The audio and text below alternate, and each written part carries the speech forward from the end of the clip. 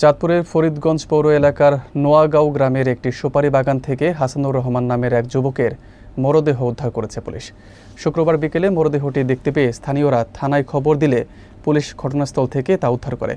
বিস্তারিত থাকছে আব্দুস সুবহান লিটনের প্রতিবেদনে। নিহত হাসানুর রহমান মৃত খোকন মিজের ছেলে এবং 3 সন্তানের জনক। তার বিরুদ্ধে ডাকাতি, দস্যুতা ও চুরিসহ 7টি মামলা রয়েছে বলে জানিয়েছে ফরিদগঞ্জ থানা পুলিশ। এদিকে নিহতের ভাই শরীফ হোসেন ও বোন কুলসুমা বেগম অভিযোগ করেন, আমাদের ভাইকে পরিকল্পিতভাবে হত্যা করা হয়েছে, এটি কোনো স্বাভাবিক মৃত্যু নয়। তারা দ্রুত হত্যাকাণ্ডের তদন্ত ও বিচার দাবি করেছেন।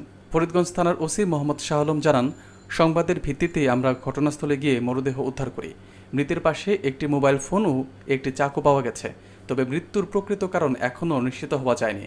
আইনানুগ প্রক্রিয়া চলমান রয়েছে। এই ঘটনায় এলাকায় চাঞ্চল্যের সৃষ্টি হয়েছে। যে আমার ভাইয়েরা 4-5 জন লোক আমার ভাইয়েরা কালা কাপড় বান্ধি আমার ভাইয়েরা অনেক দূরে লই গেছে। তখন মারে জিঙ্গাইলাম যে এলাকার না অন্য এলাকার, তখন আসলে কইছে এলাকার মানুষ এই ঘটনা করছে।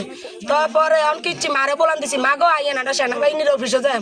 আর ভাইয়া যাতে সকাল তো আমাকে ফোন ধরে না, কত হাজার ফোন দিছি ও ভাই, আর ভাইয়া ফোন ধরে না। আমাদের ভাইকে খুন করা হয়েছে, আমরা সুস্থ সঠিক বিচার চাই, আমরা আইনের কাছে বিচার চাই, আমরা আপনাদের কাছে বিচার চাই।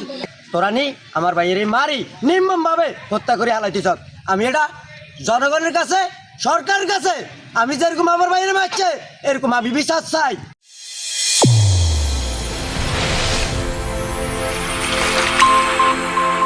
চ্যানেল A1 হৃদয়ের স্পন্দন।